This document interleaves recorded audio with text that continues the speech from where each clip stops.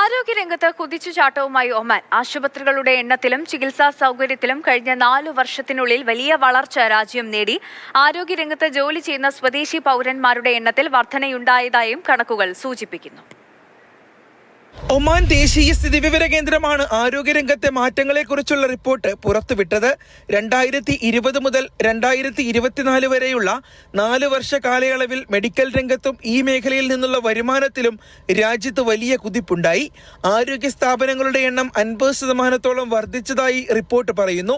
2020 794 ആയിരുന്നു സ്വകാര്യ ഫാർമസികളുടെ എണ്ണം.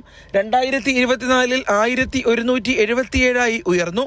പൊതുമേഖലയിലെ ആരോഗ്യ കേന്ദ്രങ്ങളുടെയും ക്ലിനിക്കുകളുടെയും എണ്ണം 9% ഇക്കാലയളവിൽ വർദ്ധിച്ചത്. ആരോഗ്യ സ്ഥാപനങ്ങളുടെ ആകെ എണ്ണത്തിൽ വലിയ കുതിച്ചുചാട്ടമുണ്ടായത് ദാഖലിയ ഗവർണറേറ്റിലാണ്. 77% വർധനവാണ് ഇവിടെ ഉണ്ടായിരിക്കുന്നത്.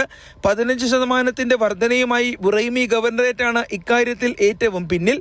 ആരോഗ്യ മേഖലയിൽ നിന്നും രാജ്യത്തിന് ലഭിക്കുന്ന ആകെ വരുമാനം 62.2% വർദ്ധിച്ചെന്നും റിപ്പോർട്ട് പറയുന്നു.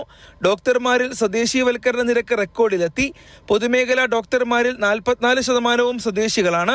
ആകെ ആരോഗ്യ പ്രവർത്തകരുടെ എണ്ണം 71,180 വർദ്ധിച്ചുവെന്നും ഇതിൽ 55% ഒമാനികളാണെന്നും റിപ്പോർട്ട് വ്യക്തമാക്കുന്നു.